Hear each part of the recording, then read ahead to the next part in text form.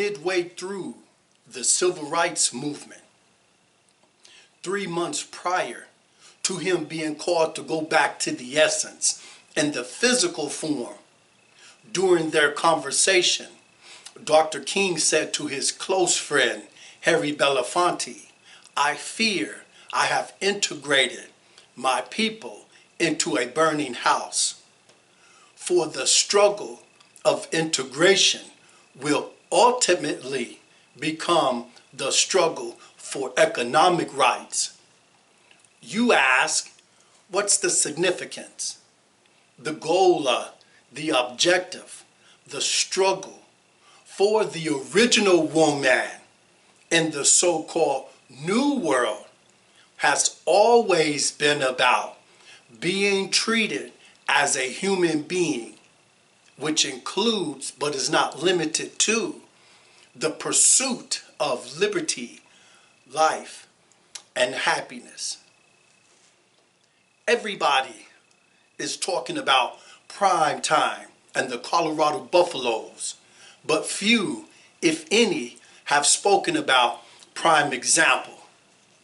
Historical black colleges and universities were founded primarily after the family feud of 1865 to provide the archetype access to higher education.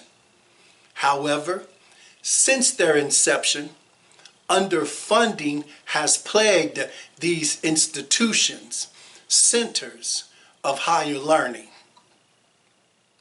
With poor infrastructure, inadequate facilities, and old, outdated technology, enrollment is at its lowest since 2001.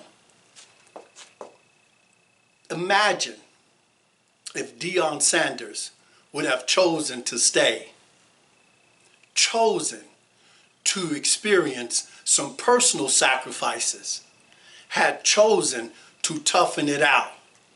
He would have continued to garner national attention, continued to flip players, as they say. What magnetic attraction for the HBCUs. Peoples of color fought, prayed, even died for the day when they would be accepted by the recessive genetic being. When God answered those prayers, the economic wealth that had been acquired by blacks, Negroes, during de jure segregation began to dwindle. Look, listen, and observe, for the answer to your question is right in front of you. I want to take my football, my basketball, my baseball, and play in the white league. The result, there are no more black-owned Negro leagues. Not only do I want to ride on the white buses, I want to sit at the front of those buses. The result, there are no more black-owned Negro busing companies. The law permits that I may eat at this cafeteria and that I may shop at that grocery store. The result, there are no more black-owned Negro diners and grocery stores.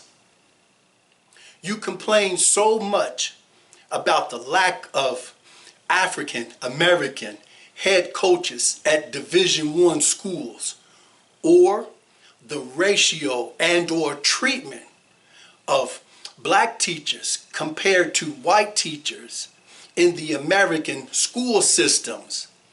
And yet, when the opportunity presents itself for African Americans, black Americans, peoples of color to work alongside one another, you invest very little of your time, or you pass on the opportunity altogether.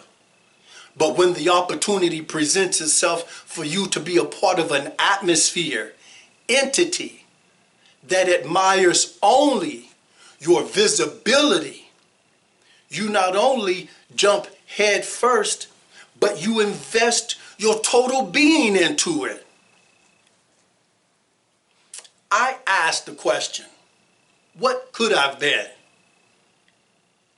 if Coach John Chaney would have followed in the footsteps of the ancestor Eddie Robertson and stayed at Chaney State College? Or if John Thompson would have left St. Anthony's High School to become the next head ball coach at an HBCU instead of Georgetown University. On May 8th, 1967, 3 years later, after his normalcy, never again sermon, known today as I Have a Dream speech, during an interview with NBC News correspondent Sander Vanacore, Dr. King said, I must confess, the dream I had that day has, in many points, turned into a nightmare. Peace.